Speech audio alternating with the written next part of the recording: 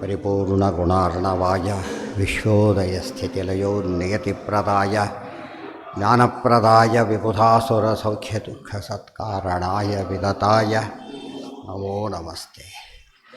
ನಾರಾಯಣಂ ಸುರಗುರುಂ ಜಗದೇಕನಾಥಂ ಭಕ್ತಪ್ರಿಯಂ ಸಕಲಲೋಕನಮಸ್ಕೃತಂಚ ತ್ರೈಗುಣ್ಯವರ್ಜಿತಮಜಂ ವಿಹುಮಾದ್ಯಮೀಶಂ ವಂದೇ ಭವಘ್ನಮರಾಸುರಸಿದ್ಧವಂದ್ಯಂ. ನಾರಾಯಣಂ ನಮಸ್ಕೃತ್ಯ ನರಂ ಚೈವ ನರೋತ್ತಮಂ ದೇವೀಂ ಸರಸ್ವತೀಂ ವ್ಯಾಸಂ ತತೋ ಜಯಮುದೀರಯೇ.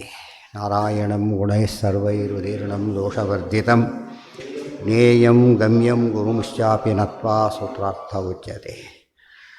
ಓಂ ದೇವಂ ನಾರಾಯಣಂ ನತ್ವಾ ಸರ್ವದೋಷವಿವರ್ಜಿತಂ ಪರಿಪೂರ್ಣಂ ಗುರುಂಶ್ಚಾನ್ ಗೀತಾರ್ಥಂ ವಕ್ಷ್ಯಾಮಿ ದೇಶತಃ. ಸಮಸ್ತಗುಣಸಂಪೂರ್ಣಂ ಸರ್ವದೋಷವಿವರ್ಜಿತಂ ನಾರಾಯಣಂ ನಮಸ್ಕೃತ್ಯ ಗೀತಾತಾತ್ಪರ್ಯಮುಚ್ಯತೆ. ಗುಣಗಣನಿಲಯಂ ಪತಿಂ ರಮಾಯಾಃ ಜಗದಘದಹನಂಚ ವಾಸವಿ ಸೂನುಂ ಮುನಿಕುಲತಿಲಕಂಚ ಪೂರ್ಣಬೋಧಂ ಗುರುಮಪಿ ಪರಮಂ ಗುರುಂಚ ಮೇ ವಂದೇ. ಕರ್ಮಣ್ಯ ಧರ್ಮಕ್ಷೇತ್ರೇ ಕುರುಕ್ಷೇತ್ರೇ ಸಮವೇತಾಯುಯೋತ್ಸವಃ ಮಾಮಕಾಃ ಪಾಂಡವಾಶ್ಚೈವ ಕಿಮಕುರ್ವತ ಸಂಜಯ. ಕರ್ಮಣ್ಯೇವಾಧಿಕಾರಸ್ತೆ ಮಾ ಫಲೇಷು ಕದಾಚನ ಮಾ ಕರ್ಮಫಲಹೇತುಃ ಭೂಃ ಮಾ ತೇ ಸಂಗಃ ಅಸ್ತು ಅಕರ್ಮಣಿ.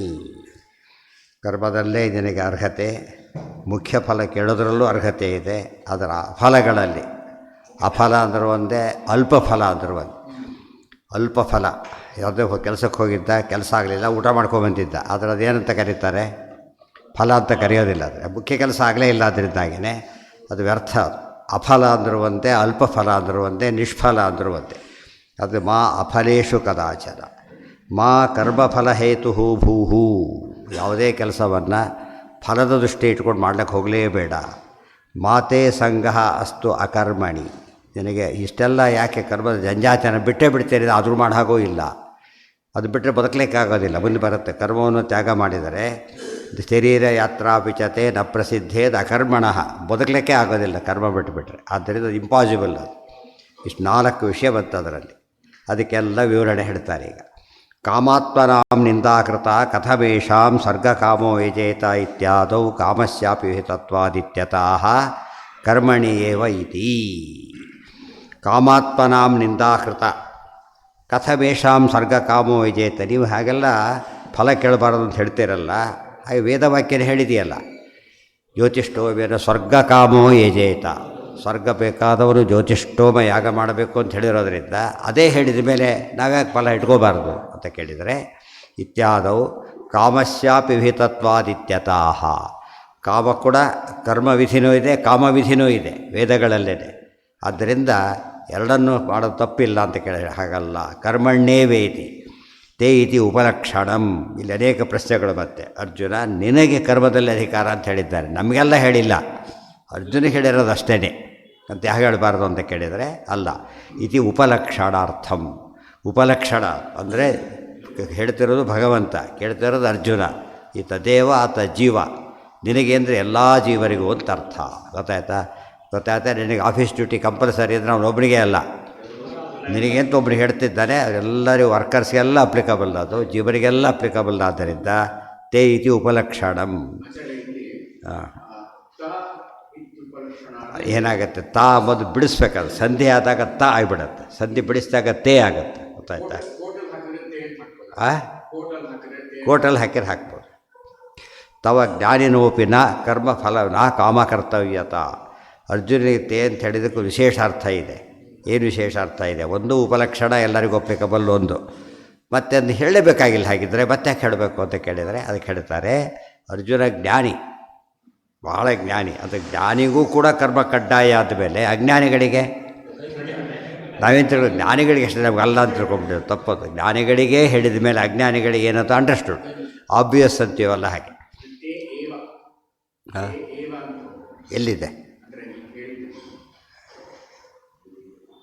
ಜ್ಞಾನಿನೋಪಿನ ಫಲಕಾಮ ಕರ್ತವ್ಯತ. ನಿನಗೆ ಕರ್ಮದಲ್ಲಿ ಅಧಿಕಾರ, ನೀನು ಕೂಡ ಫಲ ಕೇಳಬಾರ್ದು. ಸಾಮಾನ್ಯರಲ್ಲ, ನೀನೂ ಕೂಡ ಕೇಳಾಗಿಲ್ಲ ಅಂತ ಹೇಳಿದ್ರಿಂದ ಅಲ್ಪ ಫಲವನ್ನು ಯಾರೂ ಕೇಳಬಾರ್ದು ಅಂತ ಅರ್ಥ. ಅಲ್ಪ ಫಲವನ್ನು ಯಾರೂ ಕೇಳಬಾರ್ದು. ಕಿಮು ಅನ್ಯೇಷಾಂ, ನಿನಗೆ ಹಾಗಿರಬೇಕಾದ್ರೆ ಫಲಕಾಮ ಕರ್ತವ್ಯತಾ ನ, ಫಲದ ಅಪೇಕ್ಷೆ ಅಂತ ಮಾಡೋದು ಸರಿಯಲ್ಲ. ನನು ಅಸ್ತಿ ಕೇಶಾಂಚಿನ್ ನತೆ ಅಸ್ತೀತಿ ಸಹಿ ಜ್ಞಾನಿ. ನನು ಅಸ್ತಿ ಕೇಶಾಂಚಿತ್ ನತೆ ಅಸ್ತಿ, ಕೆಲವರಿಗೆ ಇದೆ ನಿನಗಿಲ್ಲ ಅಂತ ಅರ್ಥ ಅಲ್ಲ. ದಹಿ ಜ್ಞಾನಿ ಅರ್ಜುನ ಜ್ಞಾನಿ ನರಾಂಶಃ ಇಂದ್ರಶ್ಚ, ಈ ಪಾಯಿಂಟ್ ನೆನ್ಪಿಟ್ಕೊಂಡಿರ್ಬೇಕು. ಸಹಿ ಜ್ಞಾನಿ ನರಾಂಶಃ ಇಂದ್ರಶ್ಚ, ನರನ ಅಂಶ ಇದೆ, ಇಂದ್ರನ ಅವತಾರ ನರನ ಅಂಶ ಇದೆ. ಆತ ಜ್ಞಾನಿ ಎಂಬುದ್ರ ವಿವಾದನೇ ಇಲ್ಲ. ಆದ್ದರಿಂದ ಜ್ಞಾನಿಗೂ ಹೇಳ್ತಿರ್ಬೇಕಾದ್ರೆ ಉಳಿದವರಿಗೆಲ್ಲ ಅದು ಅಷ್ಟೇ ಮುಖ್ಯವಾಗಿ ಅಪ್ಲಿಕಬಲ್ಲು. ಜ್ಞಾನಿಗಳು ಅನುಸರಿಸಬೇಕು, ಜ್ಞಾನಿಗಳಿಗೂ ವಿನಾಯಿತಿ ಇಲ್ಲ. ಅನೇಕರು ಏನು ತಿಳ್ಕೊಂಡಿರ್ತಾರೆ, ನಾವೆಲ್ಲ ಕಷ್ಟಪಟ್ಟು ಜ್ಞಾನ ಸಂಪಾದನೆ ಮಾಡ್ತೇವೆ, ಆಮೇಲೆ ವಿನಾಯಿತಿ ಇಲ್ಲ ಅಂತ ಹೇಳಿದರೆ ಜ್ಞಾನ ಬಂದಿದ್ದಕ್ಕೇನು ಉಪಯೋಗ? ಅರ್ಥ ಆಯ್ತಾ? ಅರ್ಥ ಏನಾಯ್ತು ಈಗ? ಜ್ಞಾನ ಬರೋದು ಕರ್ಮ ಬಿಡಲಿಕ್ಕೆ ಎಲಿಜಿಬಿಲಿಟಿ ಲೈಸೆನ್ಸ್ ಅಂತ ತಿಳ್ಕೊಂಬಿಟ್ರು. ಅಲ್ಲ, ಕರ್ಮನ ಸರಿಯಾಗಿ ಮಾಡಲಿಕ್ಕೆ ಬಂತೆ ಹೊರತು ಬೇರೆದಕ್ಕಲ್ಲ.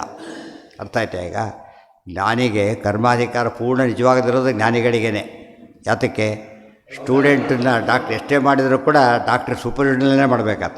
ಆಪ್ರೇಷನ್ ಮಾಡಿದರೆ ಸೂಪರ್ವಿಷನ್ ಬೇಕದಕ್ಕೆ. ಹೇಗೆ ಸ್ಟೂಡೆಂಟ್ ಆತ ಇನ್ನೂ ಕೂಡ ಅದು ಯಾವ ಇಂಡಿಪೆಂಡೆಂಟ್ ಅಲ್ಲಿಗೆ ಮುಗೀತು. ಆ ದೃಷ್ಟಿಯಲ್ಲಿ ಯಾವ ಕಾಲಕ್ಕೂ ಕೂಡ ಜ್ಞಾನಿ ಅದು ವಿನಾಯಿತಿ, ಕರ್ಮದ ವಿನಾಯಿತಿಗೋಸ್ಕರ ಜ್ಞಾನ ಸಂಪಾದನೆ ಅಲ್ಲ, ಕರ್ಮ ಸರಿಯಾಗಿ ಮಾಡಲಿಕ್ಕೋಸ್ಕರ ಜ್ಞಾನ ಸಂಪಾದನೆ. ಅರ್ಥ ಆಯ್ತಾ? ಕರ್ಮ ಸರಿಯಾಗಿ ಮಾಡೋದು ಯಾರಿಗೆ ಸಾಧ್ಯ? ಜ್ಞಾನಿಗಳಿಗೆ ಮಾತ್ರ ಸಾಧ್ಯ. ಮತ್ತು ಅದಕ್ಕೇನು ಹೊಸ್ತಾ ಬಂದರೆ ಪೇಷಂಟಿಗೆ ಗಾಬರಿ ಆಪ್ರೇಷನ್ ಮಾಡಿಸ್ಕೊಡೋದಕ್ಕೆ. ಅದಕ್ಕೆ ಹೊಸಬಾದ್ದು ಇದು ಎಕ್ಸ್ಪರ್ಟ್ ಬಂದಾಗ ಖುಷಿಯಿಂದ ಮಾಡಿಸ್ಕೊಡೋದು. ಮುಖ್ಯ ಕರ್ಮಾಧಿಕಾರ ಯಾರಿಗೆ ಅಂತಾಯಿತು? ಜ್ಞಾನಿಗಳಿಗೇನೆ. ಅದು ಅರ್ಥ ಮಾಡಿಕೊಂಡ್ರೆ ಜ್ಞಾನಿಗಳಿಗೆ ಆದ್ದರಿಂದನೇ ಉಳಿದವರಿಗೆ ಅದು ಆಟೋಮೆಟಿಕಲಿ ಅಪ್ಲಿಕಬಲ್ ಆಯಿತು. ಆದರೆ ಜ್ಞಾನಿಗಳಿಗೆ ಎರಡಿದೆ, ಮಾಡಬೇಕು, ಮಾಡಿಸ್ಬೇಕು. ಅಜ್ಞಾನಿಗಳಿಗೆ ಮಾಡಿದರೆ ಸಾಕು, ಇಷ್ಟೇ ಡಿಫರೆನ್ಸ್. ಜ್ಞಾನಿಗಳಿರೋ ಡಿಫರೆನ್ಸ್ ಏನು ಅಂತ ಕೇಳಿದರೆ, ತಾನು ಮಾಡಿದರೆ ಸಾಕು ಅಜ್ಞಾನಿ. ಆದರೆ ಗ್ಯಾಸ್ಕರ್ ತಾನು ತಿಳ್ಕೊಬೇಕಾಗಿದೆ, ತಾನು ಮಾಡಬೇಕೀಗ. ಆದರೆ ಜ್ಞಾನಿ ಹಾಗಲ್ಲ, ಮಾಡಬೇಕು, ಇನ್ನೊಬ್ಬರಿಗೆ ತಿಳಿಸ್ಬೇಕು. ಇದು ಜ್ಞಾನಿಯ ವಿಶೇಷತೆ. ಇದು ಜ್ಞಾನಿ ಏನಾಗ್ತಾನೆ? ಗೈಡ್ ಆಗ್ತಾನೆ. ಇವರಿಗೆ ಗೈಡೇ ಮಿಸ್ಗೈಡ್ ಮಾಡಿದರೆ ತಪ್ಪಾಗೋದ್ರಿಂದ ಮಾಡಲೇಬೇಕಾಗತ್ತೆ. ಹೌದು.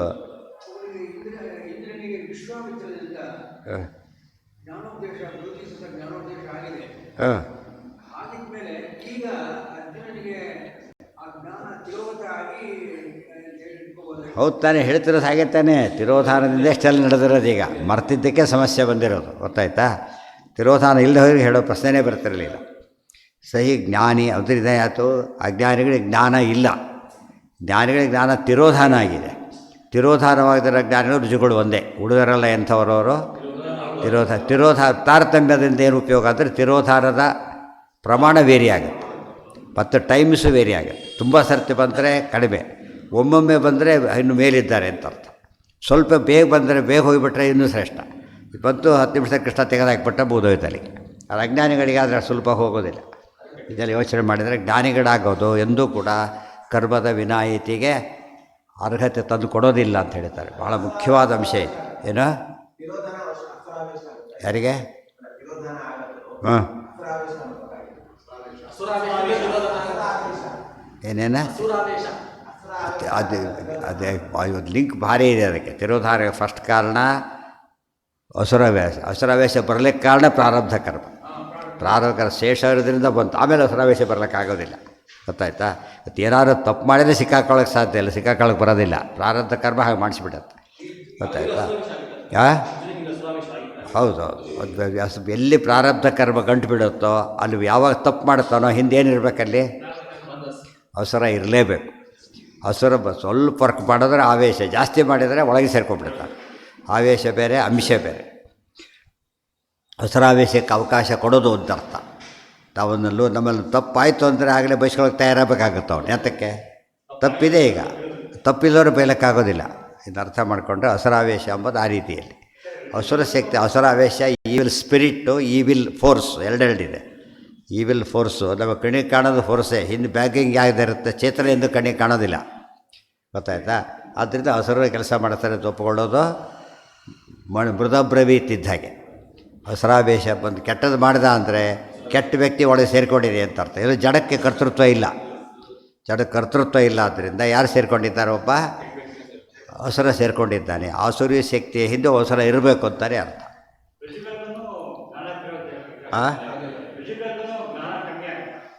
ಇಲ್ಲ, ಆಗೋದಿಲ್ಲ. ಅದಕ್ಕೆ ಅವ್ರು ರುಜುಗಳು ಅಂತ ಹೆಸರು ಅವರಿಗೆ. ಏನೇ ಎಫೆಕ್ಟ್ ಆ ರುಜುಗಳು ಅಂತ ಹೆಸರು ಹೋಗಿಬಿಡುತ್ತಾರೆ ಇಮಿಡಿಯೇಟಾಗಿ. ಜ್ಞಾನಿ ಅಂದರೆ ಎಲ್ಲೆಲ್ಲಿ ಹೇಳ್ತಾರೋ ಎರಡು ಜ್ಞಾನಿಗಳು, ಮೊದಲು ಪರೋಕ್ಷ ಜ್ಞಾನಿಗಳು, ಅಪರೋಕ್ಷ ಜ್ಞಾನಿಗಳು. ಮುಖ್ಯವಾಗಿ ಅಪರೋಕ್ಷ ಜ್ಞಾನಿಗೆ ಡಾಕ್ಟರ್ ಅಂತ ಕರೆದ್ರೆ ಡಾಕ್ಟ್ರೇ ಅವನು. ಸ್ಟೂಡೆಂಟನ್ನು ಕರೀತಾರೆ ಸೆಕೆಂಡರಿ ಸೆನ್ಸಲ್ಲಿ. ಸೀಟ್ ಸಿಕ್ಕ ತಕ್ಷಣ ಏನಪ್ಪ ಡಾಕ್ಟರ್ ಶುರು ಮಾಡ್ತಾರೆ ಕರೀಲಿಕ್ಕೆ. ಆದರೆ ಅದು ಮುಖ್ಯಾರ್ಥದಲ್ಲಿ ಅಲ್ಲ, ಮುಗಿದ ಮೇಲೆ ಮುಖ್ಯಾರ್ಥದಲ್ಲಿ ಬರೋದು. ಸೊ ಜ್ಞಾನಿಗಳು, ಆಮೇಲೆ ಪರೋಕ್ಷ ಜ್ಞಾನಿಗಳು, ಮೊದಲು ಅಪರೋಕ್ಷ ಜ್ಞಾನಿಗಳು, ಆಮೇಲೆ ಪರೋಕ್ಷ ಜ್ಞಾನಿಗಳು, ಆಮೇಲೆ ಏಕದೇಶ ಜ್ಞಾನಿಗಳು. ಸ್ವಲ್ಪ ತಿಳ್ಕೊಂಡವ್ರು ಇದ್ದಿದ್ರಲ್ಲೇ ಬೆಟ್ರ್ ಇಬ್ಬರು ಇರ್ತಾರೆ. ಸೆಕೆಂಡ್ ಇಯರು ಫಸ್ಟ್ ಇಯರ್ ಇರುತ್ತಲ್ಲ ಆ ಥರ. ಅದು ಅಲ್ಲೇ ಸ್ವಲ್ಪ ಏನು ಬರ್ತಾರೆ, ಸ್ವಲ್ಪ ಸೀರಿಯಾಲಿಟಿ ಬಂತು, ಗೈಡ್ ಮಾಡ್ತಾನೆ ಆ ಟೈಮ್ನಲ್ಲಿ. ಅವನ ಗೈಡಿಗೆ ಗೈಡೆನ್ಸ್ ಲಿಮಿಟೇಷನ್ ಇರುತ್ತೆ ತುಂಬ, ಇವನಿಗೆ ಹಾಗಿರೋದಿಲ್ಲ. ಜ್ಞಾನಂ ತೇಷಾಂ, ಜೊತೆಗಿದ್ದರೂ ಉಪಯೋಗ ಮಾಡ್ಕೋಬೇಕು. ಜೊತೆಗಿದ್ದು ಸಾಲದು. ಸೂರ್ಯ ಇದ್ದರೆ ಕಣ್ಣು ಮುಚ್ಕೊಂಡ್ಬಿಟ್ರೆ, ಕಣ್ಣು ತೆಗೆದ್ರೆ ಸೂರ್ಯನ ಉಪಯೋಗ, ಕಣ್ಣೇ ಮುಚ್ಕೊಂಡ್ರೆ ಸ್ವಿಚ್ ಹಾಕಷ್ಟು ಕೆಲಸ ಮಾಡಬೇಕಲ್ಲ. ಅದೇ ಜೀವನ ಕರ್ತೃತ್ವ. ಅದು ಅಷ್ಟು ಮಾಡದೆ ಹೋದರೆ ಅದು ವ್ಯರ್ಥ. ಇದು ಏನು ಇಲ್ಲದೆ ಹೋದರೆ ಜೀವನಿಗೆ ಎಲ್ಲರೂ ಒಂದೇ ರೀತಿ ಇರ್ತಿತ್ತು. ಹಾಗಿದೆ ಅಲ್ಲಿ ಸಾರಸ್ಯ ವ್ಯತ್ಯಾಸ ಇದೆ ಅಲ್ಲಿ. ಆದ್ದರಿಂದಲೇ ಎಂದೂ ಕೂಡ ಅಪರೋಕ್ಷ ಜ್ಞಾನಿ ಆದವನು ಕೂಡ ಇಲ್ಲಿ ಸಿಂಪಲ್ಲಾಗಿ ಅದು ತಗೊಂಡೆ. ಅವ್ರು ಇಲ್ಲಿ ಎದುರು ಕೃಷ್ಣ ಇದ್ದಾನೆ, ಅರ್ಜುನ ಹೇಗೆ ಮಾಡ್ತಾರೆ. ಪಕ್ಕದಲ್ಲಿ ಭೀಮಸೇನ ಇದ್ದು ಧರ್ಮರಾಜ ಜೀವನದಲ್ಲಿ ಸೋಲ್ತಾನೆ. ಭೀಮಸೇನ ಇದ್ದು ಹಾಗಿದ್ದರೆ ಯಾರು ತಪ್ಪಿದು? ಭೀಮಸೇನ ತಪ್ಪಲ್ಲ, ಯಾರು ಧರ್ಮರಾಜ ಅವೆಲ್ಲ ಮಾಡ್ಕೊಳ್ಳಿಲ್ಲ, ಪಕ್ಕದಲ್ಲೇ ಇದೆ. ನೋಡಿ ಹಿಡ್ದೆ ಹೋದರೆ ಅಲ್ಲಿ ತಪ್ಪು. ಇವತ್ತು ತುಂಬ ನಮಗಾಗಿರೋ ಮಾಧ್ವರಿಗೆಲ್ಲ ಸಮಸ್ಯೆ ಧರ್ಮರಾಜ ಇದ್ದ ಹಾಗೆ. ಪಕ್ಕದ ಸ್ವರೂಪಲ ಇಟ್ಕೊಂಡು ತಪ್ಪು ಮಾಡ್ತಿರೋದು. ಉಳಿದವರು ಸ್ವರೂಪಲ ಗೊತ್ತಿಲ್ಲ ಅವರಿಗೆ ಪಾಪ. ಅವರು ತಪ್ಪು ಮಾಡಿರೋ ಒಂದು ಕಾರಣ ಇದೆ. ಏನು ಕಾರಣ ಇದೆ? ಇಲ್ಲ, ವಸ್ತು ಇಲ್ಲ ಅನ್ನೋದು ಕಾರಣ ಇದೆ. ಬಡಿಸಿಲ್ಲ, ಊಟ ಮಾಡೋಂಗಿಲ್ಲ. ಬಡಿಸಿದ್ರು ಸುಮ್ಮನೆ ಕೂತ್ಕೊಂಡ್ರೆ ಹೋಗಿರ ಹಸಿವಾಗಿದೆ, ಸುಮ್ಮನೆ ಗೋಳಾಡಿಸ್ಬೇಡಿ, ನಾನು ಏನು ಮಾಡಬೇಕು? ಬಡಿಸುತ್ತಿಲ್ಲ ಅಂದರೆ ನೋಡಿ ಡಿಸ್ಟರ್ಬ್ ಮಾಡಬೇಡಿ, ನನಗೆ ತುಂಬ ಹಸಿವಾಗಿದೆ, ತಿನ್ನೋದ್ರೆ ಅದೆಲ್ಲ ಆಗಲ್ಲ ನನ್ನ ಕೈ. ಹಸಿವಾಗಿದೆ ಅಂತ ಹೇಳಿದ್ದು ಗೊತ್ತಾಗೋದಿಲ್ಲ, ಅವರೇ ಬೈತಾರೆ ಮತ್ತು ತಮಾಷೆದ್ರೆ. ತಪ್ಪನ್ನು ಸಮರ್ಥನೆ ಮಾಡ್ಕೋತಾರೆ. ಎಂದೂ ಹಾಗಿಲ್ಲ. ಇವತ್ತು ನಾವು ಮಾಡ್ತಿರೋ ತಪ್ಪು ಅದು ಒಂದೇ, ಎಲ್ಲ ಇದ್ದರೂ ಮಾಡ್ತಾಯಿಲ್ಲ. ಅದಕ್ಕೆ ವಿ ಆರ್ ಮೋರ್ ಆನ್ಸರಬಲ್. ಎಲ್ಲರಿಗಿಂತ ಕೂಡ ಎಲ್ಲ ಸ್ಲಮ್ಮಲ್ಲಿದ್ದ ಹುಡುಗ ಫೇಲ್ ಆದ ಅಂದರೆ ಅಷ್ಟು ಸೀರಿಯಸ್ ಅಲ್ಲ ಪಾಪ. ಮೊದಲೇ ಹುಡುಗ ಸ್ಲಮ್ನವನು, ಅಲ್ಲಿ ಕಾಲೇಜಿಲ್ಲ, ಇದಿಲ್ಲ, 10 ಕಿಲೋಮೀಟ್ರ್ ನಡಿಬೇಕು, ಏನೋ ಸಮಸ್ಯೆಗಳು. ಪಕ್ಕದಲ್ಲಿ ಸಿಟಿ ಒಳಗಿದ್ದವ್ರು ನಂಬರ್ 1 ಕಾಲೇಜಿನಲ್ಲಿದ್ದವ್ರು ಫೇಲ್ ಆಗ್ತಾರೆ ಅಂದರೆ ದಡ್ಡ ಅಂತ ಪ್ರೂವ್ ಆದಾಗ ಲೆಕ್ಕ.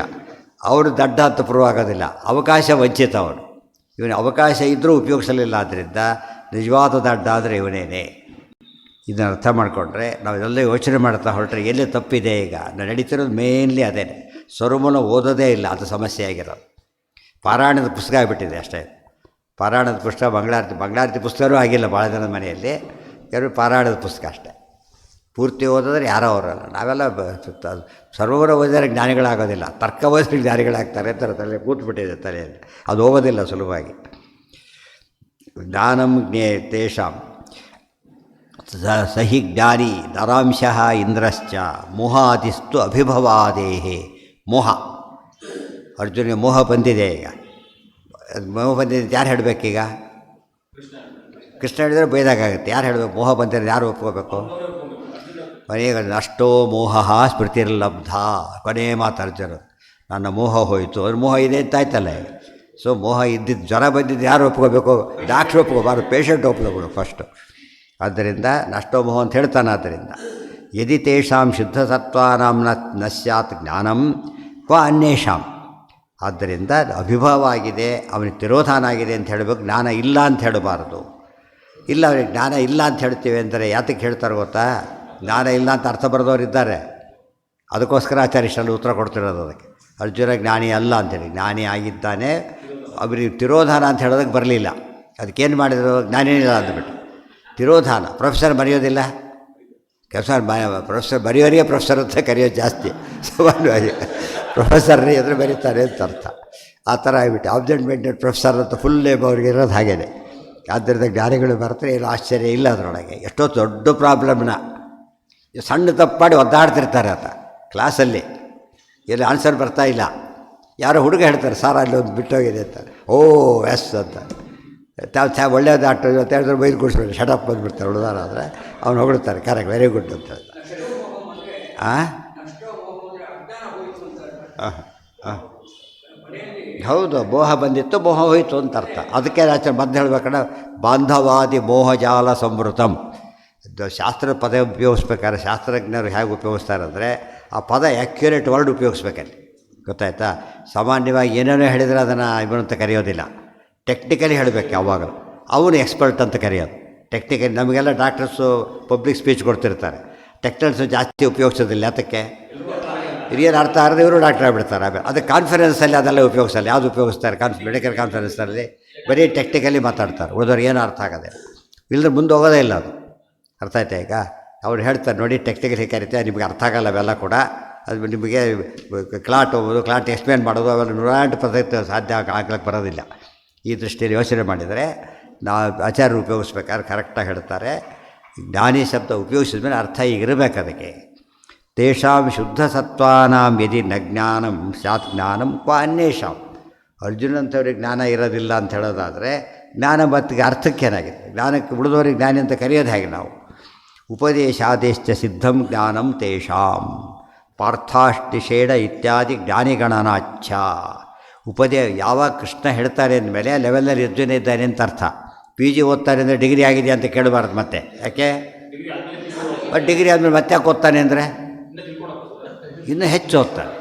ಅಂದರೆ ಇಲ್ಲಿ ನಮ್ಮಲ್ಲಿ ಏನಾಗಿದೆ, ಓದದೇ ಇರೋದು ಓದೋದು ಅಷ್ಟೇ ಅಲ್ಲ, ಓದದೇ ಇರೋದು ಓದೋದು, ಹೆಚ್ಚೆಚ್ಚು ಓದೋದು, ಭಾರಿ ಓದೋದು, ಮರಿಲಾರದೆ ಓದೋದು, ಅವೆಲ್ಲ ಓದನೇ ವೆರೈಟಿಗಳಿದೆ. ಉಳಿದವರಿಗೆ ಯಾವುದು ಕಾನ್ಸೆಪ್ಟ್ ಇಲ್ಲ. ಅದರಿಂದಾಗಿಯೇ ಅರ್ಜುನ ಕೇಳ್ತಾರೆ ಮೇಲೆ ದಡ್ಡ ಗೊತ್ತೇ ಇಲ್ಲ ಅಂತ ಹೇಳೋದು. ಗೊತ್ತಿಲ್ಲದೆ ಹೋಗಿದ್ದು ಉತ್ತರ ಕುಮಾರನ ಹೇಳ್ತಿದ್ದಾಗಿದ್ದರೆ ಹಾಗೆಲ್ಲ ಓಡಬಾರದು. ಗೊತ್ತಾಯ್ತು, ಎಷ್ಟು ತಪ್ಪು ಮಾಡ್ತೀವಿ ಗೊತ್ತಾ ನೀನೀಗ. ಕೃಷ್ಣ ಹೇಳೋದನ್ನೆಲ್ಲ ತನಗೆ ಅರ್ಜುನ ಬಂದು ಹೇಳಿ ಆಗಿದೆ, ಈಗಾಗಲೇ ಇದೆ. ಅಲ್ಲಿ ಯಾಕೆ ಹೇಳಿದ? ತಿರೋಧಾನ ಆಗಿದ್ದಿಲ್ಲ, ಈಗ ತಿರೋಧಾನ ಆಗಿಬಿಟ್ಟಿದೆ ಈಗ, ಆದ್ದರಿಂದ ಹೇಳ್ತಾ ಇದ್ದಾನೆ ಅಷ್ಟೇ.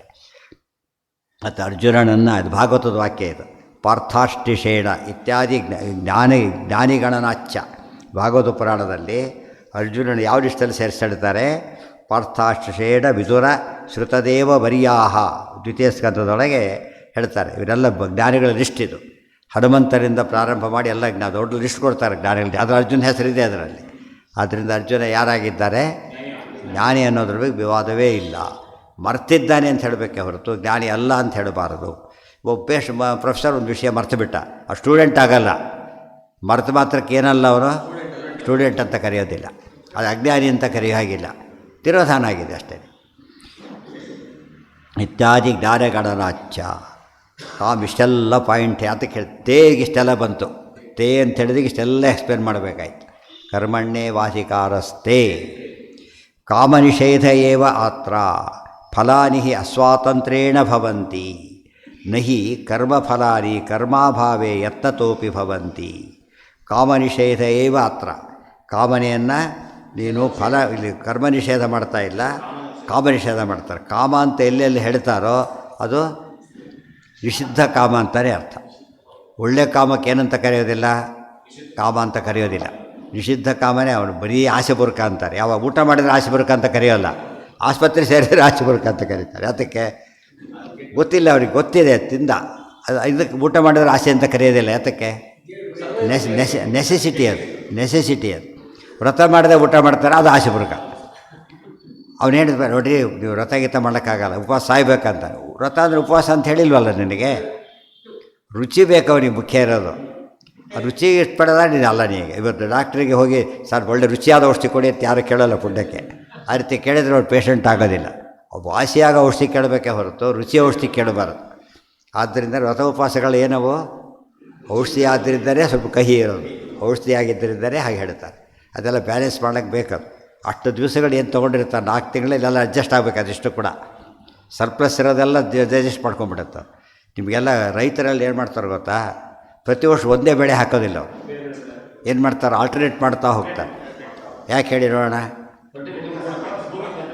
ಭೂಮಿಯಲ್ಲಿ ಏನಿರ್ತದೆ ಆ ಭೂಮಿ ಒಂದೇ ಪದಾರ್ಥ ಅದೊಂದೇ ತೊಗೊಂಡ್ಬಿಟ್ಟು ಉಳಿದೆಲ್ಲ ಹಾಗೆ ಡಂಪ್ ಆಗಿಬಿಡುತ್ತೆ ಅದರಲ್ಲಿ. ಅದು ಬೇಕಾದದ್ದು ಇದಕ್ಕೆ ಬೇಕಿಲ್ಲ, ಉಪಯೋಗಿಸೋದಿಲ್ಲ. ಅದು ಚೇಂಜ್ ಮಾಡಿದಾಗ ಅದು ಉಪಯೋಗಿಸ್ಬಿಡುತ್ತೆ.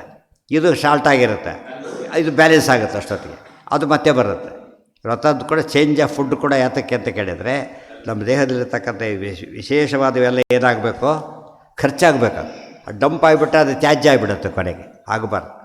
ಆ ಮೂಲಕವಾಗಿ ದೇಹ ಆ್ಯಕ್ಟಿವ್ ಆಗುತ್ತೆ. ಮಣ್ಣು ಒಳ್ಳೆ ಮಣ್ಣಾಗಿಬಿಟ್ಟು ಇದ್ರೆ ಅದು ಡಂಪಾಗಿ ಅದು ಯೂಸ್ಲೆಸ್ ಆಗುತ್ತೆ, ಬೇರೆ ಪ್ರಾಣಿ ಉಪಯೋಗ ಮಾಡ್ಕೊಳುತ್ತೆ, ಅದು ಪೈರು ಬಂದು ಎರಡು ಬರೋಕ್ಕೆ ಶುರುವಾಗುತ್ತೆ. ಅದಾಗಬಾರ್ದು. ಅದೇ ರೀತಿಯಲ್ಲಿ ಆಲ್ಟರ್ನೇಟ್ ಫುಡ್ ದಿವಸ ಕೂಡ ಎಂಥವ್ರು ಮಾಡಿದ್ರು ಕೂಡ ಬರೀ ರಿಪೀಟ್ ಮಾಡೋಕ್ಕೆ ಹೋಗೋದಿಲ್ಲ. ರಿಪೀಟ್ ಮಾಡ್ತಿದ್ದು ಜಾತಕ್ಕಂತಾನೆ ಬಾಡಿ ರಿಜೆಕ್ಟ್ ಮಾಡುತ್ತೆ ಅದನ್ನು. ಇನ್ನೊಂದು ಉಪಯೋಗಿಸ್ಬೇಕು ಅವನೀಗ. ಒಂದು ಹುಡಿ ಎಲ್ಲ ಚೆನ್ನಾಗಿ ಮಾಡಿಬಿಟ್ಟು ಅದೇ ಮಾಡಿದರೆ ಕೆಟ್ಟ ಸಾರಾದರೆ ಸ್ವಲ್ಪ ಇರಬೇಕು. ಅದು ಜಾತಕ್ಕೆ ಇನ್ನೊಂದು ಫುಡ್ ಚೇಂಜ್ ಆಗಬೇಕಲ್ಲಿ. ಅದಕ್ಕೆ ಒಂದೇ ಪದಾರ್ಥ ಆಗಿರೋ ಊಟ ಅಂತ ಕರೆಯೋದು ಭಾಳ ಕಡಿಮೆ. ಮೂರಾಗಿ ಸೇರಿದಾಗಲೇ ಊಟ ಅಂತ ಕರೆಯೋದು. ತಿಂಡಿಗೆ ಹಾಗಲ್ಲ, ಒಂದಿದ್ರೆ ನಡೆಯುತ್ತೆ. ತಿಂಡಿನೇ ಒಂದು ಮಾಡಲ್ಲ ಜನ, ಅದನ್ನೇ ಎಷ್ಟೋ ಐಟಮ್ ಮಾಡಾಕ್ಬಿಟ್ಟಿರ್ತಾರೆ. ಏನು ಅದಕ್ಕೇ ಇದು ಚೇಂಜ್ ಮಾಡ್ತಾರೆ. ಯಾವುದು ಸಾರು ಹುಡಿ ಅವೆಲ್ಲ ಚೇಂಜ್ ಆಗ್ತಾ ಹೋಗುತ್ತೆ. ಅದು ಹೋಳುಗಳು ಬೇರೆ ಹಾಕೋದಿಲ್ಲ, ಅದು ಚೇಂಜಸ್ ಆಗುತ್ತೆ. ಬೇಳೆ ಅದೇ ಆಗಿದ್ರೆ ಹೋಳು ಮಾತ್ರ ಬೇರೆ ಚೇಂಜ್ ಆಗ್ತಾರೆ. ಕಾಮನಿ ಶೇ ಅದು ನಮ್ಮ ದೇಹಕ್ಕೆ ವ್ರತದ ಕಾನ್ಸೆಪ್ಟ್ ಹಾಗೆ ಇದೆ. ಏಕಾಸಿ ಎಲ್ಲ ಬಿಟ್ಬಿಡ್ತಾರೆ ಪೂರ್ತಿ. ಯಾತಕ್ಕೆ? ಸಾಮಾನ್ಯವಾಗಿ ಈಗ ರೈತರು ಈಗ ನೋಡಿ ಸುಮಾರು ಈಗ ಕಾಲ ಈಗ ಅದೆಲ್ಲ ತೆಗೆದು ಹಾಕಿಬಿಡ್ತಾರೆ. ಆಗ ಮುಗಿಸಿ ಎಲ್ಲ ಸುಗಿ ಹೋಗಿಬಿಟ್ಟಿರುತ್ತೆ. ಮತ್ತು ಮಳೆಗಾಲದಲ್ಲಿ ಏನು ಮಾಡೋದಿಲ್ಲ ಅವರು. ಅಷ್ಟೊತ್ತಿಗೆ ಏನಾಗ್ತಾರೆ, ಎಲ್ಲ ಬ್ಯಾಲೆನ್ಸ್ ಬರೋಕ್ಕೆ ಶುರು ಆಗುತ್ತೆ. ಇಂಜನ್ ಹೀಟ್ ಆಗಿದ್ದು ಕೂಲ್ ಆಗುತ್ತಲ್ಲ, ಆ ಥರ ಅಷ್ಟು ಗ್ಯಾಪ್ ಅದು ಏಕಾಸಿ ಫುಲ್ ಗ್ಯಾಪ್ ಅದು ಫುಡ್ ಆಲ್ಟರ್ನೇಟ್ ಮಾಡೋದು ಬೇರೆ, ಫುಲ್ ಗ್ಯಾಪ್ ಕೊಡೋದು ಬೇರೆ. ಆ ರೀತಿ ಮಾಡಿದಾಗ ಏನಾಗುತ್ತದು, ಒಳ್ಳೆ ಬೆಳೆ ಕೊಡೋಕ್ಕೆ ಸಾಧ್ಯ ಆಗುತ್ತೆ. ನಾನ್ ಸ್ಟಾಪಾಗಿ ಮಾಡೋಕ್ಕೆ ಬರೋದಿಲ್ಲ. ಅದೆಲ್ಲ ಹೇಳಿದರೆ ಜನ ಮಾಡ್ತಾರೆ, ಬೈದು ಬಿಡ್ತಾರಲ್ಲ. ಮಾಡದೆ ಹೋದರೆ ಅಲ್ಲಿ ಹೋಗಿ ಜಾಸ್ತಿ ತಿಂದು ಬರ್ತಾರೆ ಬೇರೆ ಕಡೆ. ಇಲ್ಲೆಲ್ಲ ಜಾಸ್ತಿ ತಿಂದು ಬಿಡ್ತಾರೆ. ಅವನಿಗೆ ಕನ್ವಿನ್ಸ್ ಆಗಬೇಕು. ಅವನಿಗೆ ಕನ್ವಿನ್ಸ್ ಆದಾಗ ಮಾತ್ರ ನ್ಯಾಚುರಲಿ ಮಾಡೋದು. ಇದು ಇನ್ನೊಬ್ರು ಹೇಳ್ತಾರೆ, ಎಷ್ಟು ಮಾಡಿದರೂ ಕೂಡ ಅವ್ರು ಇಲ್ದಾಗ ಯಾಕೆ ತಿನ್ನಬಾರ್ದು ಯೋಚನೆ ಬಂದೇ ಬರುತ್ತೆ ಅವನಿಗೆ. ಕಾಮನಿಷೇಧೇ ಮಾತ್ರ ಫಲಾನಿ ಅಸ್ವಾತಂತ್ರ್ಯೇಣ ಭವಂತಿ. ಫಲದ ಬಗ್ಗೆ ಹೇಳೋದಕ್ಕೆ ಇನ್ನೊಂದು ಕಾರಣ ಇದೆ. ಫಲ ಅನ್ನೋದು ವೆದರ್ ಲೈಕ್ ಇಟ್ ಆರ್ಟ್. ಕೊಲೆ ಮಾಡ್ತಾನೆ, ಹಿಡ್ಕೊಂಡು ಹೋಗಬೇಡಿ ಅಂತ ಹೇಳಾಗಿಲ್ಲ, ಹೇಳ್ಕೊಂಡು ಹೋಗ್ಬಿಡ್ತಾರೆ ಕಡೆ. ಯಾಕೆ ಕರ್ಮ ಏನು ಮಾಡ್ತಾರೆ ಈಗ? ದುಷ್ಟಕರ್ಮ ವೆರಿ ಇಂಪಾರ್ಟೆಂಟ್, ಸರಿಯಾಗಿ ಗಮನಿಸ್ಬೇಕಾದ್ರೆ. ದುಷ್ಟಕರ್ಮ ಫಲ ಕೊಡೋದು ಕಂಡಿದೆಯಲ್ಲ ಈಗ ನೋಡಿ. ನಾನು ನಿರ್ಲಿಪ್ತನೆ ಮಾಡಿದ್ದೀನಿ, ಹಿಡ್ಕೊಂಡು ಹೋಗಬೇಡಿ ಅಂತ ಹೇಳಾಗಿಲ್ಲ ಅವರು. ಗೊತ್ತಾಯ್ತಿಲ್ಲ? ಪಾಪಕರ್ಮ ಹೇಗೆ ನಾವು ಬೇಡ ಅಂತ ಎಷ್ಟು ಹೇಳಿದರೂ ಕೂಡ ಏನು ಮಾಡುತ್ತದೋ ನಾವು ಬಂಧಕನೋ. ಒಳ್ಳೆಯ ಕರ್ಮನೂ ಹಾಗೇನೆ. ಒಳ್ಳೆಯ ಕರ್ಮ ಕೂಡ ಏನು ಮಾಡುತ್ತೆ, ಬಂಧನ ಮಾಡಬರ್ತದೆ. ಆಫೀಸ್ ಕ್ಲರ್ಕ್ ಇರ್ತಾರಲ್ಲ, ಇವನು ಕ್ಯಾಶಿಯರ್ ಇದರೊಳಗೆಲ್ಲ ಹೇಗೆ ಕಳಿಸ್ತಾರೆ, ಬೇಗ ತೊಗೊಂಡೋಗಿ ಎತ್ತು ಬರ್ತಾನೆ ಕೊಡ್ಲಿಕ್ಕೆ. ಯಾಕೆ ನಮ್ಮ ಜವಾಬ್ದಾರಿ ಜಾಸ್ತಿ ಇದ್ದಾರೆ ಈಗ. ಏನು ಬೆಜಿತಾಗ್ಬಿಡುತ್ತೆ, ಹೆಚ್ಚು ಕಡಿಮೆ ಬೇಗ ತೊಗೊಳ್ಳಿ ಅಂತ ಹೇಳ್ತಾರಲ್ಲ ಹಾಗೆ. ಅಂದರೆ ಅದು ಒಳ್ಳೆ ಫಲ ಕೊಡೋದು ತಡ ಮಾಡೋದಿಲ್ಲ. ಆದರೆ ನಾವೇನು ಮಾಡ್ತೇವೆ ಈಗ, ಅದನ್ನೇ ಪ್ರಹ್ಲಾದ ಹೇಳೋದು, ಯಥಾ ದುಃಖ ಭಯತ್ನತಃ.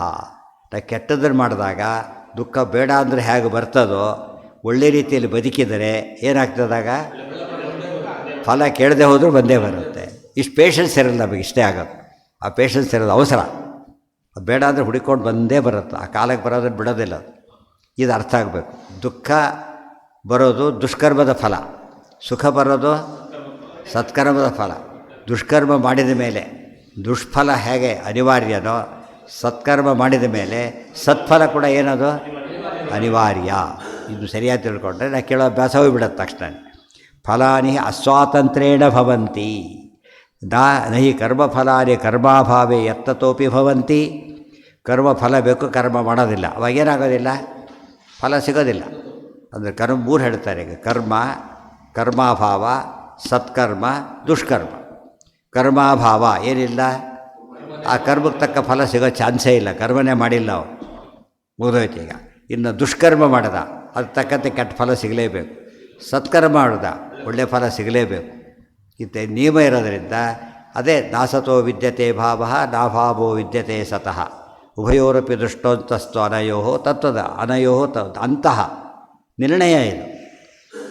ಕೆಟ್ಟ ಕೆಲಸಕ್ಕೆ ಕೆಟ್ಟ ಕರ್ಮ ಫಲ ಸಿಗಲೇಬೇಕು, ದುಷ್ಕರ್ಮಕ್ಕೆ ಸತ್ಫಲ ಸಿಗಲೇಬೇಕು ಅನ್ನೋದು ರೂಲ್ ಅಂತ ಹೇಳಿದೆ. ಜ್ಞಾನಿಗಳು ಅನುಭವ ಸಿದ್ಧವಾದ ವಿಚಾರ ಇದೆ ಅಂತ ಹೇಳಿದ್ದರಿಂದ ನಾವು ಫಲ ಕೇಳಬಾರ್ದು. ಮೊದಕ್ಕೆ ಸಿಂಪ್ಲೆಸ್ಟ್ ರೀಸನ್ ಕೊಟ್ಟಾಗಾಯ್ತು.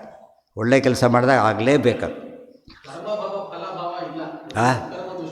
ಏನು ಕರ್ಮಾಭಾವ ಯಾತಕ್ಕೆ ಹೇಳೋದಿಲ್ಲ? ಇಂಪಾಸಿಬಲ್. ಕರ್ಮಾಭಾವ ಇಂಪಾಸಿಬಲ್. ಆದ್ದರಿಂದನೇ ವಿಹಿತ ಕರ್ಮಾಭಾವ ಆಯಿತು ಕೊನೆಗೆ. ಅದು ಇವತ್ತು ಕರ್ಮ ಬಿಡೋನು ಕರ್ಮ ಬಿಡೋದಿಲ್ಲ, ಸಂಧಾನ ಬಿಡ್ತಾನೆ ಅಷ್ಟೇ. ಪೂಜೆ ಬಿಡ್ತಾರೆ ಅಷ್ಟೇ, ಎಲ್ಲ ಕರ್ಮ ಬಿಡ್ಲಿಕ್ಕಾಗೋದಿಲ್ಲ. ದೇರ್ಫೋರ್ ಕರ್ಮಾಭಾವ ಒಂದು ಅಬ್ಸಲ್ಯೂಟ್ ಸೆನ್ಸ್ನಲ್ಲೇ ಇಂಪಾಸಿಬಲ್ ಅದು. ಮತ್ತು ಇನ್ನು ದುಷ್ಕರ್ಮ, ಕರ್ಮಾಭಾವ ಈಜುಕೊಟ್ಟು ದುಷ್ಕರ್ಮನೇ ಆಗೋದು ಕೊನೆಗೆ. ಸ್ಕೂಲ್ಗೆ ಹೋದ ಮನೇಲಿ ಕೂತ ಅಂದರೆ ಹೋಯ್ತು, ಮನೇಲಿ ಕೂತಿದ್ದು ತಪ್ಪಾದ್ದರಿಂದ ಅವ್ನು ದುಷ್ಕರ್ಮ ಮಾಡಿದಾಗ ಲೆಕ್ಕ. ಇದು ಅರ್ಥ ಮಾಡಿಕೊಂಡ್ರೆ ಕರ್ಮಾಭಾವ ಎಂಬುದು ವಿಹಿತ ಕರ್ಮಾಭಾವ ಐತೆ ಹೊರತು ಅಬ್ಸಲ್ಯೂಟ್ ಕರ್ಮಾಭಾವ ಇಲ್ಲ ಅಂತ ಹೇಳ್ತಾನೆ. ಏಹಿ ಕಶ್ಚಿತ್ ಕ್ಷಣಮಪಿ ಜಾತು ತಿಷ್ಠತಿ ಅಕರ್ಮಕೃತ್ ಅಂತ ಹೇಳಿದ್ರಿಂದ ಅದು ಕರ್ಮಾಭಾವ ಅಂತ ಎಲ್ಲೆಲ್ಲಿ ಹೇಳ್ತಾರೋ ವಿಹಿತ ಕರ್ಮಾಭಾವ ಅಕಾರಣ ಅಂತ ಅಷ್ಟೇ ಅರ್ಥ. ಉಪದೇಶಾದಶ್ಚ ಸಿದ್ಧಂ ಜ್ಞಾನಂ ತೇಷಾಂ. ಎಷ್ಟೋ ಸರ್ತೆ ಒಳ್ಳೆ ಅರ್ಹತೆ ಇರೋವನಿಗೆ ಒಳ್ಳೆ ಕೆಲಸ ಮಿಸ್ ಆಗಲಿಕ್ಕೆ ಕಾರಣ ಅವನು ಸರಿಯಾಗಿ ಅಪ್ಲೈ ಮಾಡಿರೋದಿಲ್ಲ. ಅವಾಗೇನಾಗುತ್ತೆ, ಟೆಕ್ನಿಕಲಿ ಕರೆಕ್ಟ್ ಮಾಡಿದ್ರೆ ಸಿಕ್ಬಿಡುತ್ತೆ. ಇನ್ ಟೈಮ್ ಅಪ್ಲೈ ಮಾಡಲೇ ಇಲ್ಲ, ಯಾವುದೋ ಒಂದು ಇಂಪಾರ್ಟೆಂಟ್ ಪಾಯಿಂಟ್ ಬಿಟ್ಟುಬಿಟ್ಟಿದ್ದ, ಆದ್ದರಿಂದ ಅವ್ನು ಕನ್ಸಿಡರೇ ಮಾಡಲಿಲ್ಲ ಅಪ್ಲಿಕೇಶನ್. ಮೆರಿಟ್ ಇದೆ, ಅರ್ಹತೆ ಇದೆ ಅವನಿಗೆ, ಪ್ರೊಸೀಜರ್ ಸರಿ ಇಲ್ಲ. ಆದ್ದರಿಂದ ಅವನು ಸೆಕೆಂಡ್ ಟೈಮ್ನೇ ಸಿಕ್ಕಿಬಿಡುತ್ತೆ ಚಾನ್ಸದು. ಅವನು ಎಲ್ಲೋ ಉಳ್ಕೊಂಡ್ಬಿಡ್ತಾನೆ, ಎಲ್ಲೋ ಮೇಲೆ ಹೋಗಿಬಿಡ್ತಾನೆ. ಆದ್ದರಿಂದ ನಾವು ಕರ್ಮ ಮಾಡೋದು ಎಷ್ಟು ಮುಖ್ಯನೋ ವಿಹಿತವಾಗಿರಬೇಕಾದ್ದು ಅಷ್ಟೇ ಮುಖ್ಯ. ನಹಿ ಕರ್ಮಫಲಾನಿ ಕರ್ಮಾಭಾವೇ ಯತ್ತತೋಪಿ ಭವಂತಿ ಚ ಕಾಮ್ಯಕರ್ಮಿಣೋ ವಿಪರ್ಯಯ ಪ್ರಯತ್ನೇಪಿ ಅವಿರೋಧೆ ಹೇಳ್ತಾರೆ. ಈಗ ಕಾಮ್ಯಕರ್ಮಿಯಾದವನು ವಿಪರ್ಯಯ ಪ್ರಯತ್ನೇಪಿ ಆಗಬಾರ್ದು ಅಂತ ಇಷ್ಟಪಟ್ಟರೂ ಕೂಡ ಏನಾಗುತ್ತದ ಹುಡ್ಕೊಂಡು ಬರುತ್ತೆ ಅಂತ ಹೇಳ್ತಾರೆ. ಹುಡ್ಕೊಂಡು ಬಂದು ಕೆಲಸ ಕೊಡುತ್ತೆ. ಅದನ್ನು ಕೂಡ ದೃಷ್ಟಾಂತ ಕೊಡ್ತಾರೆ. ಹಿಂದೆ ಹೇಳಿದೆ ಅದನ್ನು. ಸಾವಿರಾರು ಧೇನುಗಳ ಮಧ್ಯೆ ಒಂದು ಕರು ತನ್ನ ತಾಯಿನ ಹುಡುಕ್ಬೇಕೀಗ, ಕರೆಕ್ಟಾಗಿ ಹೋಗುತ್ತೆ ತಾಯಿ ಹತ್ರ. ಅದು ಗೊತ್ತಾಯ್ತಾ? ನಮ್ಮ ಪ್ರಕಾರ ಜೀವ ಭೇದ ಇಲ್ಲದೆ ಹೋಗಿದ್ದರೆ ಎಲ್ಲಿ ಬೇಕಾದ್ರೆ ಹೋಗ್ತಿತ್ತು. ಅದು ಸೀದಾ ತನ್ನ ತಾಯಿ ಹತ್ರನೇ ಹೋಗುತ್ತೆ. ಮಹಾಭಾರತದ ವಾಕ್ಯ ಅದು. ಯಥಾ ಧೇನು ಸಹಸ್ರೇಶು ವತ್ಸೋ ವಿಂದತಿ ಮಾತರಂ ತಥಾ ಕರ್ಮ ಹೇಗಿದೆ ಗೊತ್ತಾ? ಕರ್ತಾರಮನುಗಚ್ಚತಿ ತಥಾ ಪೂರ್ವಕೃತಂ ಕರ್ಮ ಕರ್ತಾರಮನುಗಚ್ಚತಿ.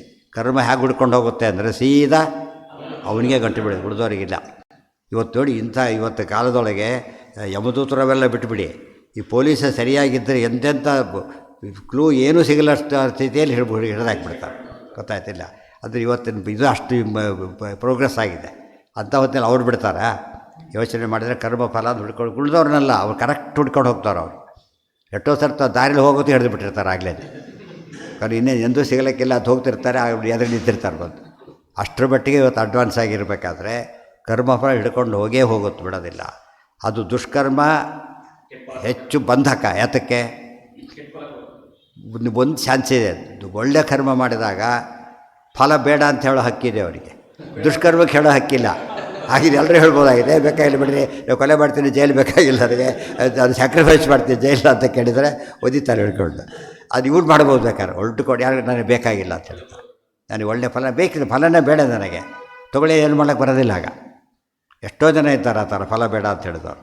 ಲೌಕಿಕದಲ್ಲೇ ಕಾಣ್ತಾರೆ. ಶಾಸ್ತ್ರ ಓದೋರು ಬಿಟ್ಟು ಬಿಡೋಣ, ಲೌಕಿಕದ ರಾಷ್ಟ್ರಪತಿ ಪದವಿ ಬಿಟ್ಟವರು ಇದ್ದಾರೆ, ಪ್ರೈಮ್ ಮಿನಿಸ್ಟರ್ ಆಗೋದನ್ನು ಬಿಟ್ಟವರು ಇದ್ದಾರೆ. ಗೊತ್ತಾಯ್ತಾ? ಸಣ್ಣ ಪುಟ್ಟ ತ್ಯಾಗ, ದೊಡ್ಡ ತ್ಯಾಗ ಏನೋ ಕಾರಣ ಇರಬಹುದು ಅದಕ್ಕೆ. ಒಂದು ಬಿಟ್ಟಿದ್ದಿರೋದ್ರಿಂದ ಒಳ್ಳೆಯ ಫಲ ಬಿಡೋ ಅವಕಾಶ ನಮಗಿದೆ.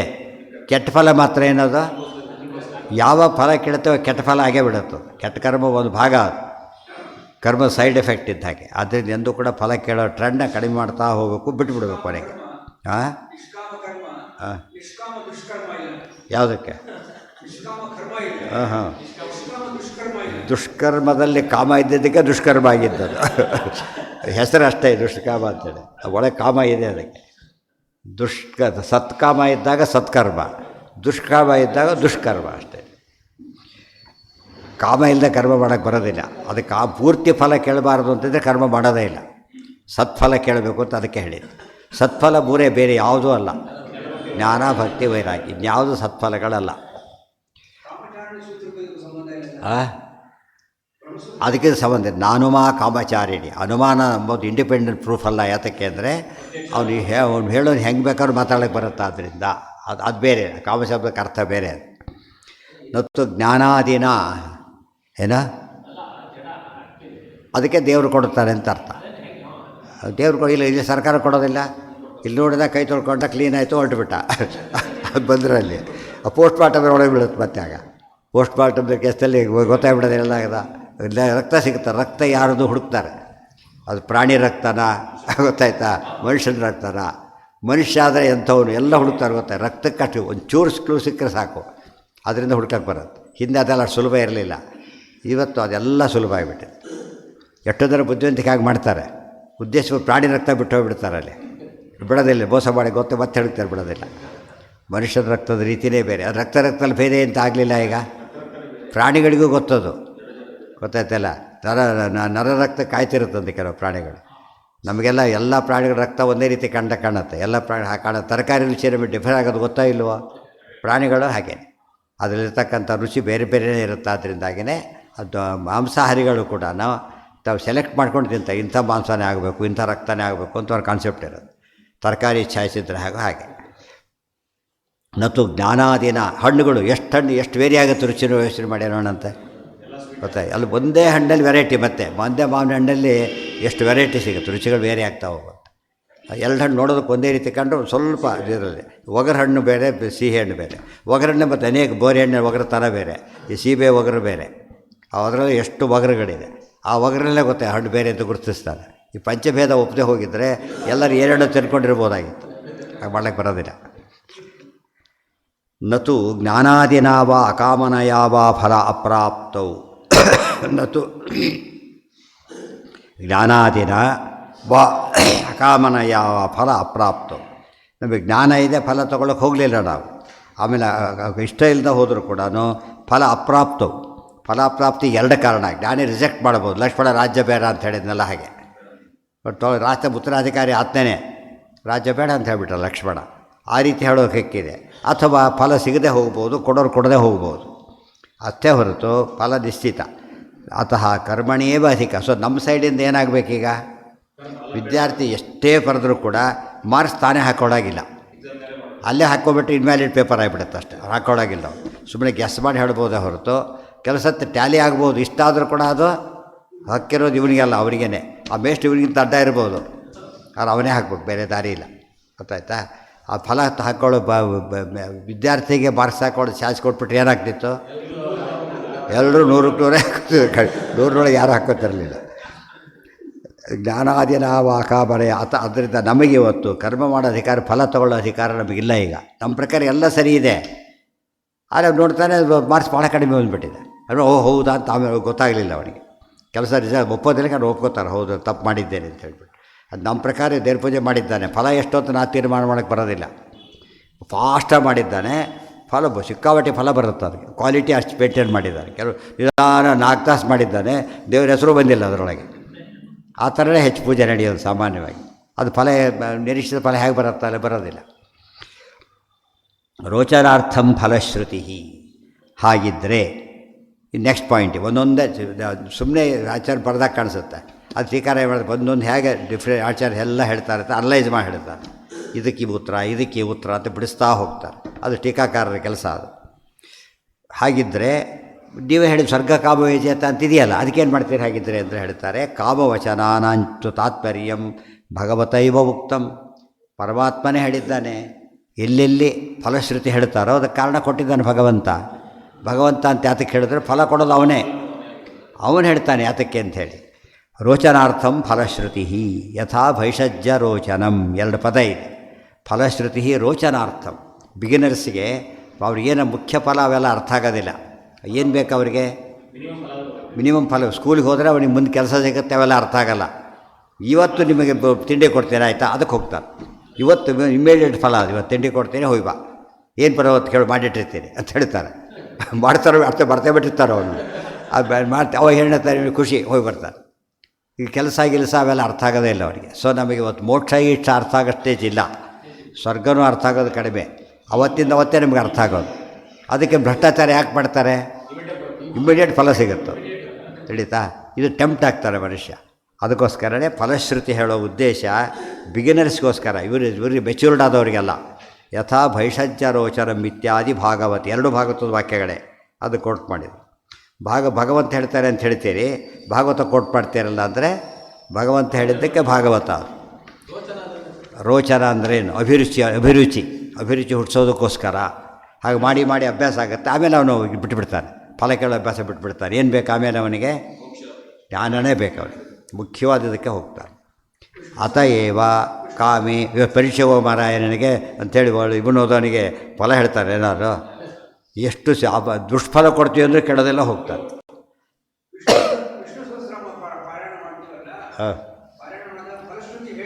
ಹೇಳಬೇಕು ಫಲಶ್ರುತಿ ಹೇಳೋದು ಬೇರೆ, ಕೇಳೋದು ಬೇರೆ. ಫಲಶ್ರುತಿ ಹೇಳ್ಬೋದು, ಯಾತಕ್ಕೆ ಹೇಳ್ತೀವಿ? ಸ್ತೋತ್ರ ಕೆಪಾಸಿಟಿ. ಬೆಂಕಿ ಸುಡುತ್ತಾರೆ, ಸುಡಿಸ್ಕೋಬೇಕು ಅಂತ ಅರ್ಥನಾ? ಬೆಂಕಿ ಸುಡೋ ಶಕ್ತಿ ಇದೆ ಅಷ್ಟೇ. ನೀವು ಸುಡಿಸ್ಕೊಂಡ್ರೆ ನೀವು ನಿಮ್ಮ ಹಣೆ ಬರ ಅಷ್ಟೇ.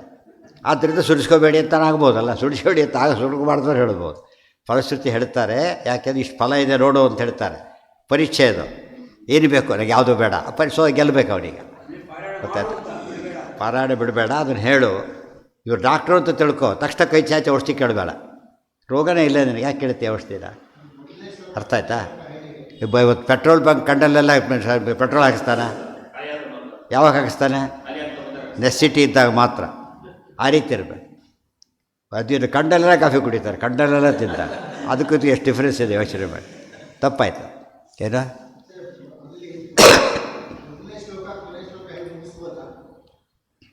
ಅದು ನಮ್ಮ ಇದು ಬೇರೆ, ನಮ್ಮ ಅವೈಲೇಬಿಲಿಟಿ ನಮ್ಮವೆಲ್ಲ ಬೇರೆ. ಆದರೆ ಫಲ ಸಮೇತ ಹೇಳೋದೇ ಉತ್ತಮ ಪಕ್ಷ.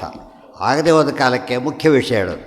ಇವತ್ತು ಸಾಧನೆ ದ್ವಾಸಿ ಬಂದ ಅನೇಕ ವಿಷಯಗಳು ಬಂದ ಕಾಲಕ್ಕೆ ಹೇಳೋಕ್ಕಾಗದೆ ಹೋದಾಗ ಏನು ಮಾಡಬೇಕಾಗ? ಆದ್ಯಂತ ಹೇಳಬೇಕಾಗುತ್ತೆ, ಬೇರೆ ಟೈಮ್ ಸಿಗೋದಿಲ್ಲ. ಗೊತ್ತಾಯ್ತಾ?